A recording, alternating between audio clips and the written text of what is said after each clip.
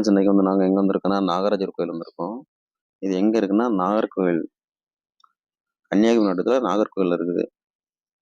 இந்த கோயிலோட சிறப்பம்சங்களை இன்னைக்கு பார்ப்போம். இங்கே வந்து 5 தலை நாகத்தோட நாகராஜா காட்சியளிக்கிறாரு.